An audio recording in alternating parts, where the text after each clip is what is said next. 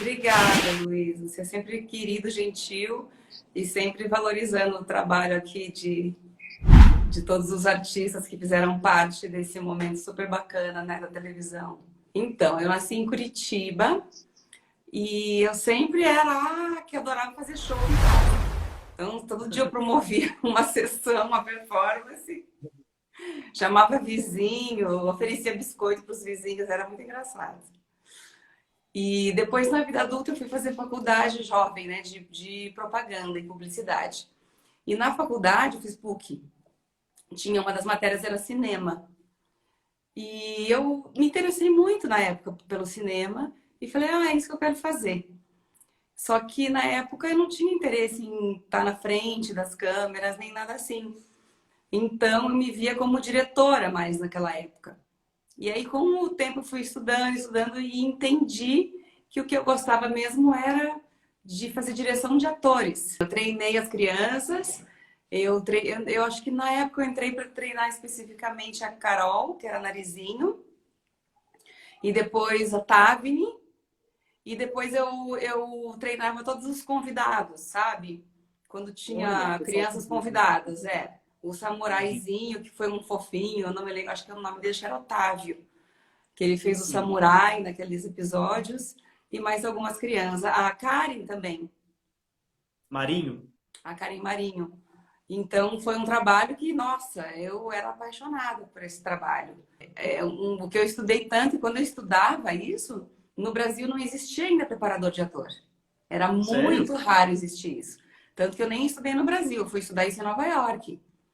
E aí Nossa. lá que eu descobri, falei, é isso que eu gosto. Você até produziu um filme também, não produziu? Você produziu o quê? Um filme, não produziu? Eu fiz alguns longas-metragens como produtora. Aham. Você Fiz participou. o Gaijin 2 da Tezuka Isso, e esse. fiz no Brasil e fiz 3 filmes americanos no Brasil. Como que eu... Foi no meio do cinema que eu, através de amigos em comum do cinema, eu conheci a Sininha de Paula. A diretora. A diretora Ela nem era diretora do Sítio na época, eu acho. E aí não me lembro como chegamos nisso, como que eu decidi. Eu lembrei, eu tava cansada do cinema, porque o cinema você não para, né? Cada dia você tá num lugar, cada dia... Eu passei 6 meses filmando o Gaijin em Londrina, e depois mais 6 meses não sei aonde, e você não tem casa, e você não tem vida. Você não sabia até que estão os teus boletos pra você pagar, entendeu? E aí eu falei, tô cansada disso um pouco e tal. E aí surgiu essa oportunidade de eu fazer uns testes, assim, ninguém me chamou para fazer um teste. Numa conversa, então você tá cansada, vem fazer um teste e tal. E aí eu fui fazer um teste na época, era para uma participação, eu não vou saber a história, mas não me chamaram. Chamaram Não uma passou. atriz que já estava na TV Globo fazia um tempo, não me lembro quem foi. Mas com esse teste, ela falou assim, gostei do teu trabalho, assim que surgiu uma oportunidade eu te chamo. E aí teve essa transição de personagens naquele ano, que de tempos em tempos o sítio tinha isso, né? Trocava as pessoas e tal. Sim, Mas antes disso, ela me chamou para fazer a participação da Cuca, que até você postou esses dias, né? Para maravilhosa. fazer a Cuca quando a Cuca virava mulher. Teve acho que uns, não sei quantos episódios, mas foram alguns meses que entre indas e vindas a Cuca virava mulher, que ela ia pro arraial e ela virava mulher. E aí foi quando surgiu essa transição, né, das personagens, dos atores. E aí eu fui convidada para fazer a Yara. Foi um desafio na época, assim, porque você fazer um personagem que é muito lúdico, né, que é muito místico, é complicado. Você tem que criar do zero, porque não existe parâmetro para isso, né? Verdade. Então eu contava muito com os diretores, tipo, até onde a Yara pode ir, até onde ela vai ser engraçada, até onde ela vai usar um pouco desse lado sedutor. E então a gente ia medindo ali, até pela audiência. Então, junto com o autor também, que na época era o Mário Teixeira, logo que eu comecei, a gente ia se alinhando para ver se estava ok. Eu não posso tirar nunca o valor dos autores, porque eles são geniais, mas Eu acho que eu ia puxando, assim, sabe? Até lembro que uma Sim. vez eu tomei uma bronca do autor, porque eu tava muito louca Sério? com a Cuca. E ele falou, Lilian, menos, menos.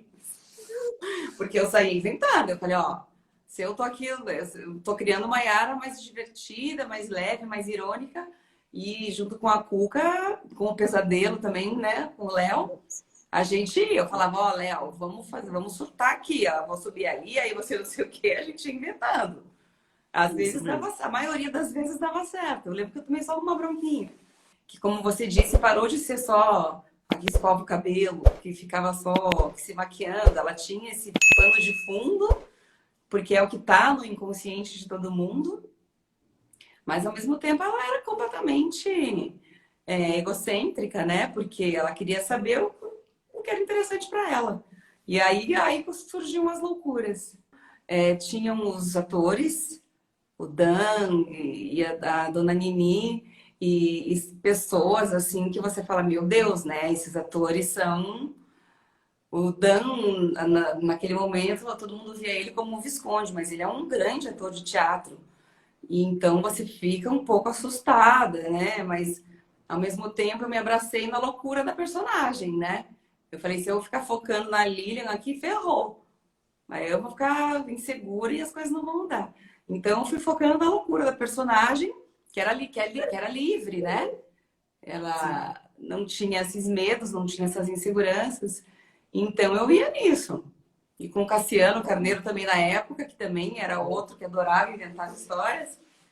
Então a gente se abraça no que a gente tem de bom para poder dar certo. E como que era fazer o mesmo personagem com duas personalidades diferentes? Que tinha a Yara e a Yara do reflexo do espelho, né? Que você mudava a voz, era tipo uma personalidade diferente. Como que era pra você ter que construir duas vezes a Yara, o mesmo personagem? Na verdade, não foi difícil, porque a gente já tinha combinado na época que ela ia Ah, ser uma Yarinha mais do mal. E na época, eu me inspirei na própria Sininha. Aquela Yara é a Sininha de Paula. Potência elevada ali, de comédia e tal. Mas era ela, o meu amorzinho, aquelas coisas da Yara do mal era a Sininha. Então ela se matava de rir no estúdio. Pra mim era fácil, porque como eu contracenava comigo mesmo, o texto fluía. A única dificuldade que eu tinha era com o tom da voz. Porque às vezes muitas horas gravando naquele tom grave, às vezes me machucava um pouco, mas só isso. eu queria saber também se tem alguma história que você se lembra mais, que te marcou mais, que fica mais assim na sua cabeça. Ah, eu lembro que eu amei fazer aquelas historinhas, os capítulos que era do samurai, porque Ah, que eu você virou contracenei assim. muito com o Tumura, o Marcos Sim. Tumura. Eu já era fã dele dos musicais, já era amiga dele. E ali a gente ficou muito mais amigo. E o Tomura foi um dos melhores atores do Brasil, no meu ponto de vista, mais completos. E então a gente, meu Deus, como era bom fazer aqueles episódios com aqueles dentes de vampira. E aí e eu gostava também das cenas de mergulho. Porque Maravilhoso. tiveram Era você algumas vezes que... que chamaram até dublê para fazer. Eu falei, mas não precisa de dublê para fazer, eu pulo aqui.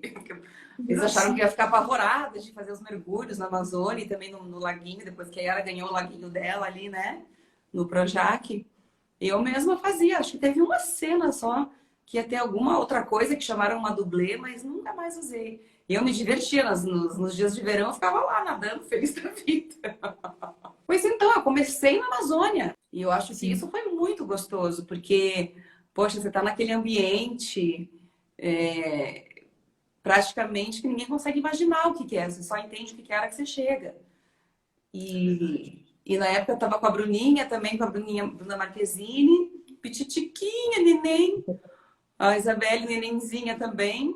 Até nesse dia teve um episódio meio traje cômico, que tinha uma marcação no meio de uma floresta lá que a gente estava. Eu me lembro que a hora que a gente foi sair do bar com a Bruna, quase pisou num escorpião. O escorpião passou na frente dela, ela atravessou. Aí tá, começamos a gravar a cena. Aí daqui a pouco a Isabelle começou a se coçar, eu comecei a me coçar. Só sei que a hora que a gente olhou para baixo, a nossa marcação era em cima de um formigueiro. No meio, nem sei que formiga que era aquela da Amazônia. Só sei que jogaram, começaram a trazer os coolers de água para jogar o gelo na gente, pela cabeça, por tudo. E a Isabelle, ela tinha alergia, não sei se ainda tem. Ela começou a inchar, assim. Mas ao mesmo tempo foi muito lindo. Fazia cenas no Rio Negro, com todas as crianças, foi muito bonito. E você se dava muito bem com o elenco? Tinha, com certeza tinha, né? Sempre tem as pessoas que a gente se apega mais. Com Conta pra gente. todas. Com todas as pessoas. Não, eu acho que ali não tinha como ninguém se odiar, sabe? Não tinha espaço para isso. Todo mundo, claro que entre as crianças às vezes tem uma coisa ou outra, porque são crianças. Mas, nossa, até as mães, né? Porque as mães das crianças começaram a fazer parte do elenco, né? Porque elas estavam ali todos os dias com a gente o dia inteiro. E dos dois figurinos que você usou, tem um que você fala assim, ah, esse é mais bonito, esse é meu xodó, não tem isso. Ah, gosto dos dois. Então, eu gostei dos dois. O do macacão, eu achava ele mais, como é que eu posso te dizer, mais interessante, mais exótico.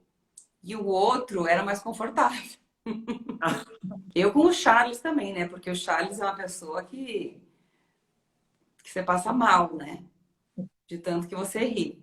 Então, mesmo teve aquelas cenas, né, onde a gente contracenou bastante, mas também tiveram momentos onde a gente não contracenava muito.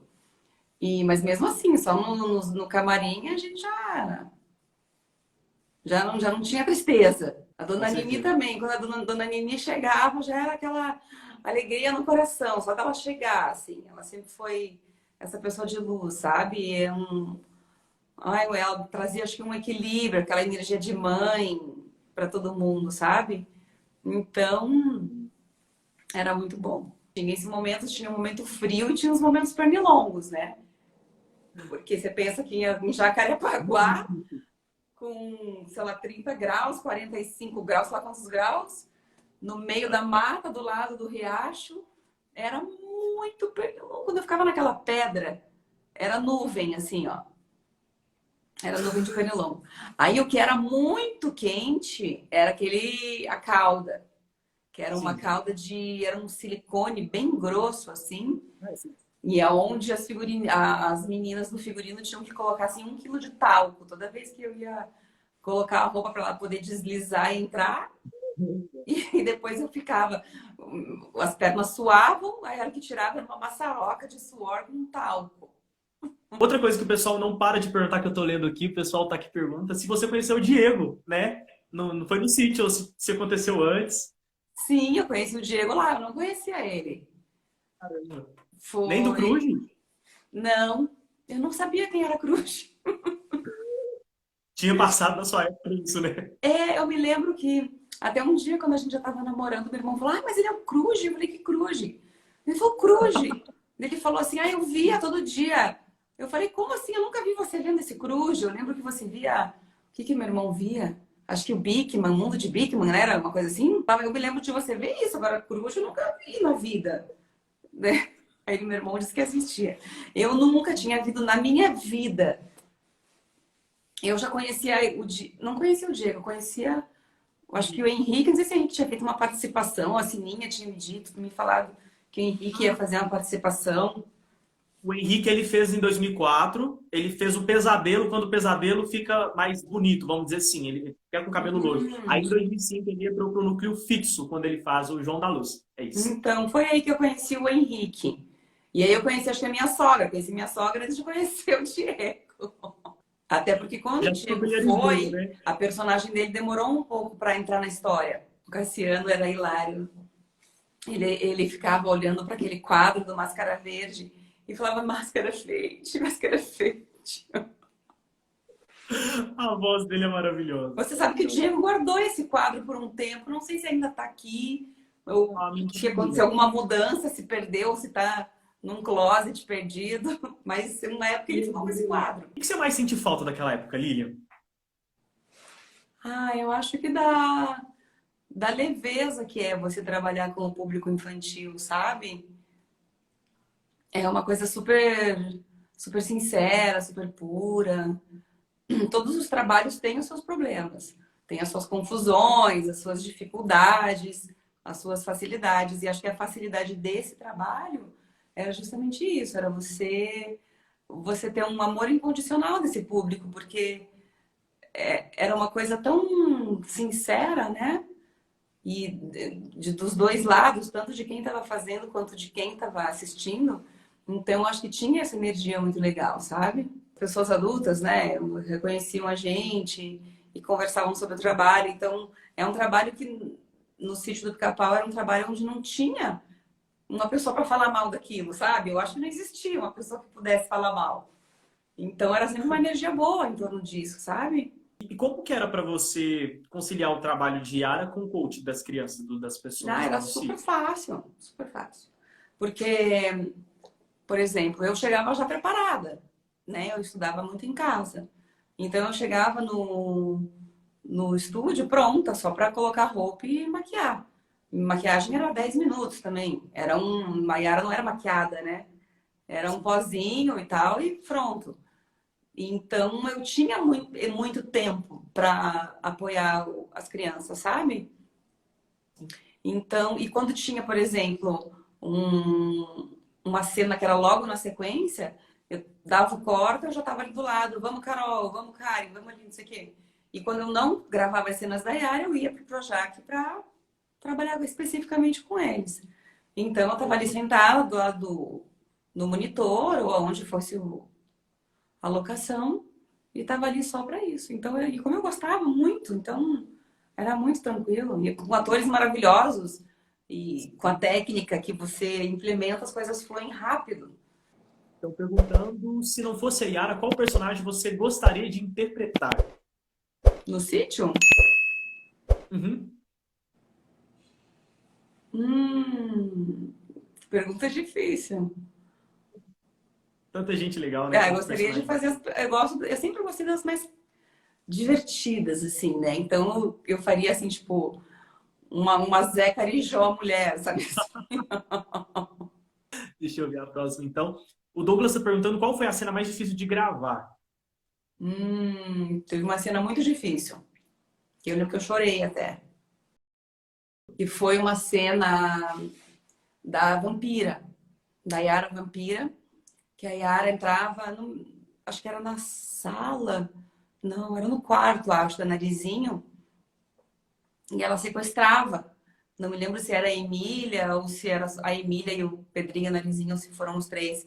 E eu não me lembro. E a Yara tava com aquela roupa preta de vampira e uma luz escura e não sei o quê. E a Yara tava bem louca, né? E só sei que aquelas crianças choraram tanto na cena que no fim da cena eu comecei a chorar. Eu falei, ai, eu não queria ter feito uma cena que vocês fossem chorar tanto, que vocês fossem ter tanto medo, assim. Nunca mais vamos assistir essa cena como antes. Exatamente. Podem saber que aquelas crianças estavam chorando e terminou a cena e eu comecei a chorar também. Era tranquilo o ritmo de gravação? Ou você já se acostumou muito rápido? Acho que sim, né? Você já trabalhava no cinema, né? E cinema já é muito, então o sítio já era fichinha, né? Ah, era. Era O perto sítio do era, cinema, era bem, o sítio bem era folga. fácil. O sítio era Mas folga. a única coisa assim que era um pouco mais chata é quando você faz a primeira cena e a última do dia, sabe? Nossa. E aí às vezes você espera lá 6 horas, 7 horas. Mas aí é a parte do trabalho, né? Não dá para reclamar. A Só vida vai, de, né? a vida de ator é esperar. O canal Pica-Pau Amarelo tá perguntando como que era entrar naquele riacho tão frio em quase toda a cena. Pois é, mas aquilo era tão calor que então nunca passei mal de frio. Sério? Nunca. Não, Você era chegou sempre. aí lá dentro de gravar no riacho quando ficou pronto? Porque você tinha gravado cenas antes de lá, né? Sim. Você... É que antes a gente gravava em lugares esporádicos, né? Em locações, em alguns sítios ali perto, ali em Curicica e tal. E aí não sei em que Quando era momento lá que a no Yara ganhou esse Camarim, riacho. Mas aí teve toda uma inauguração, teve uma super equipe nesse dia. Lembro que até veio uma pessoa de cinema para fazer a luz. E uma super grua gigante que vinha lá de cima da pedra e descia. Então teve uma inauguração, né, assim, desse riacho. E aí a partir daí ele virou o set da Yara no dia a dia. Aí começou a ter muito menos estúdio. você sentiu alguma diferença em relação à temporada de 2004 em 2005? Tanto você quanto na personagem? Ah, eu senti, né? Porque em 2005 a Yara já estava muito mais poderosa, né? Apesar que também em 2004 a Yara tiveram alguns episódios que a Yara tinha muita participação, né? Que até lembro que um dia o Cassiano olhou para mim, escuta aqui, vamos mudar o nome desse programa para Aventuras da Yara Mãe d'Água. Então acho que eu curti os dois, porque quando você tá naquela questão de historinha por historinha, é muito bacana que você fica na expectativa, ai, qual será a próxima história, né? Ai, o Sim. samurai, essa Amazônia, a outra não sei o quê. E quem serão os artistas convidados? Era muito. Teve o Aladdin, que foi legal também. Em contraponto, quando tá todo mundo mais fixo ali, vira essa grande família, né? Que é todo dia, todo mundo. E aí fica em casa. Eles estão. O sítio do Pica-Pau Amarelo TV, que é o Lucas, tá perguntando se você gostava de dublar a música da personagem. Eu gostava, eles usaram um pouco até, né? Eles te deram um Usaram. CD com o dono da música pra você treinar em casa antes ou foi lá na hora que você tinha que pegar e decorar o ritmo? Não, no primeiro ano era uma coisa assim meio mais solta. Aí no segundo ano, quando virou a novelinha, aí eles organizaram, cada um tinha a sua trilha, não sei se vocês lembram disso. E a Não. Yara tinha um A música do vocalize Milton. dela, que era sempre a mesma coisa, era fixo. Então isso já ficava gravado. Você gosta da sua música da trilha sonora de 2005? Que o Milton Nascimento canta? Sim, maravilhosa. Eu me lembro que foi um acontecimento nisso, porque disse que na época que me falaram que eles estavam selecionando e tal, quem seriam os artistas de cada personagem. E aí na época eu me lembro que mandaram para o Milton Nascimento não sei quantas opções, ele disse que ele faria, mas que ele só faria se fosse a música da Yara. E aí eu fiquei super. Acho que não foi por mim, não sei. Talvez ele só goste do mito. Mas eu achei que foi uma história bonita. Acabou o Cid 5, você chegou a receber algum convite para continuar em 2006, quando mudou todo o núcleo? Eu recebi um convite para continuar. E aí tava um pouco confuso aquele ano, eu não estava sabendo muito. E aí eu acho que eu fui uma das únicas, não sei, acho que é a única. E eu acho que o Isaac também não me lembro que era que iam ficar. Aí na última hora não fica mais. Não, aí fica. Aí não fica. Não, então vem amanhã que vai ter prova de figurino. E não sei o quê. Só sei que daí na última hora eu não fiquei. Ia ser Yara também, de novo? Continuar E a sendo seriada Yara? também.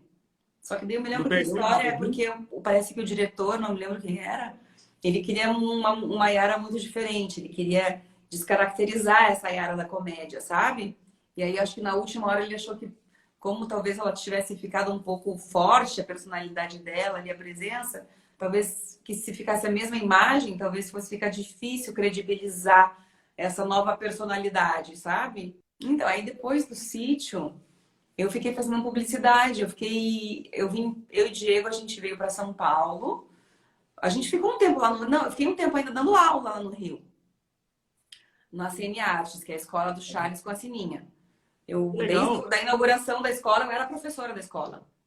E aí eu Sim. fiquei mais um tempo lá, e aí chegou um tempo que eu falei, puxa, a gente tava um pouco cansado dessa coisa de teste, teste, teste, sabe? O ator chegou uma hora que é complicado você fazer tanto teste. E aí eu sempre sonhei em fazer musical, produzir musical. Desde criança eu gosto de musical. Então eu tive essa ideia, falei assim, Diego, eu quero produzir um musical. E ele falou, ah, é? Aí eu contei e tal. Ah, aí de repente um dia a gente tava lá em casa no Rio, a gente é DVD ainda, olha isso. Falei, vamos ver uns DVDs, não sei o que. Ele foi ver uns DVDs. Ele viu um DVD de um musical que eu tinha comprado, um DVD uma vez, acho que não tinha nem assistido, que era o Jekyll and Hyde, o Médico e o Monstro. Aí ele assistiu aquilo e ele falou assim, por que você não produz esse? Olha que história incrível, não sei o que, não sei o que, não sei o que. Eu falei, nossa, é mesmo. Aí como foi quando a gente começou com essa ideia de montar uma empresa, uma produtora e tal, e só que daí a gente decidiu vir para São Paulo, porque aqui era onde a gente tinha contatos de pessoas que poderiam ajudar a gente, com patrocínio e tal e tal. E daí foi quando eu vim pra cá com ele. E daí foi o ano, acho que eu fiquei uns 2 anos me dedicando só pra publicidade. Sem nenhum Essa foco área em televisão, em dramaturgia e tal. Eu acho que no momento que eu fiquei ali mais focando em atriz, era o momento que eu precisava desse intervalo para descobrir outros caminhos. E eu gosto muito de interpretar até hoje. Interpretar é muito divertido. Tanto que em inglês é play, né? E é muito divertido interpretar. Só que o business da interpretação, sabe? O que tem por trás disso, o business da vida do ator, ai, me deu um pouco de preguiça depois de um tempo, sabe? E eu falei, puxa, eu não quero, não sei se eu quero abrir mão de tanta coisa, de valores até às vezes, dependendo da situação, só para dizer que eu tô na TV Globo ou que eu sei lá o quê, entendeu? E aí eu falei assim, puxa, eu sempre amei musical, eu quero realizar esse sonho. E aí foi quando o Diego, né, me incentivou, me falou, não, vamos fazer, vamos lá, não sei o quê. Aí a gente veio pra cá. Aí eu fiquei vivendo de publicidade, fiz muita publicidade aqui em São Paulo, não sei se vocês lembram de alguns comerciais eu meus. lembro do Criança Esperança.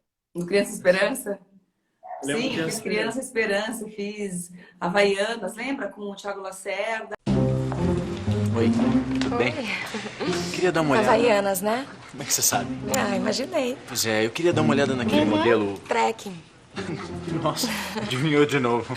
É, que trekking tem mais a sua cara, sabe? É, mas eu quero uma outra cor, de repente. Azul? Impressionante. É. Escuta, será que você... Cara de pau, safado, sem vergonha. Tá achando que eu sou o quê, hein? Adivinhou de novo. Havaianas, todo mundo usa. Aí fiz escola, fiz um monte de coisa. E aí, enquanto isso, eu tava na produção, né? Que ainda mais no Brasil demora, Lei Rouanet, captação. E aí foi quando, em 2009, que esse nosso primeiro musical, Jekyll and Hyde, começou a acontecer. Foi quando, a partir daí, eu não trabalhei mais como atriz. Eu acho que as pessoas têm momentos, sabe? A gente tem várias pessoas dentro da gente, a gente não é uma coisa só. Eu acho que ainda mais quem é artista, sabe? Quem é artista eu acho que o artista é um ser que se expressa de uma maneira artística. Ele não é um ator, ele não é um fotógrafo. Pô, ele pode ser que ele esteja sendo naquele momento, mas ele pode escolher outra maneira de se expressar também, sabe? Falando nisso, esse pessoal que está perguntando se desde o Shrek vocês têm pretensão de novas produções musicais pela Kabuki. Então, a gente fez o Jekyll and Hyde, depois a gente fez o Shrek. Aí depois a gente produziu 2 grandes espetáculos do grupo espanhol La Fura dels Baus, um grupo catalão, que depois que a gente fez os musicais, a gente meio que pensou assim, ok. Eu e o Diego, a gente tem essa coisa, sabe? Check, já fizemos isso. E aí a gente sempre inventa moda de novo, né? Aí eu sempre amei o La Fura dels Baus, sempre tive o sonho de trabalhar com eles. E então a gente fez o primeiro trabalho com a La Fura, que foi o Cielo Arte, que foi em São Paulo, no Memorial da América Latina, que foi um espetáculo a céu aberto. Não sei se vocês já conheceram, se não, vão lá e conheçam. É um espetáculo que, meu Deus, é um sonho encantado. A gente trouxe da Espanha alguns elementos enormes, umas marionetes, acho que tinham o quê? Uns 40 metros de marionete, será? Por aí. Caramba! E a gente fez um mega espetáculo gratuito, arte de primeiro nível mundial para toda a população. E aí em 2016 a gente fez outro com La Fura dels Baus, chamado Moors. Aí o Moors já era um pouco menos lúdico, um pouco mais fureiro, como eles falam, que é para cutucar, sabe? Uma coisa mais louquinha, que é a cara do La Fura. E aí foi quando, depois do La Fura, foi quando eu decidi ter filho. Na verdade, eu não queria ter filho, nem eu nem o Diego. A gente falou, puxa, não precisamos e tal, né? Esse mundo tá tão louco. Vamos botar mais uma pessoa nesse mundo louco. Mas aí no 45 do segundo tempo a gente decidiu, não, então vamos fazer um ser humano. Quem sabe a gente deixa um ser humano melhor para esse mundo, para ajudar o planeta. E aí foi quando a gente teve, né, engravidei, e aí a gente deu um tempo. Eu decidi que eu precisava dar um tempo, porque o trabalho de produção é assim, 15 horas por dia, de segunda a segunda. É um menino, é o Noah. O Noah vai fazer 4 anos em setembro.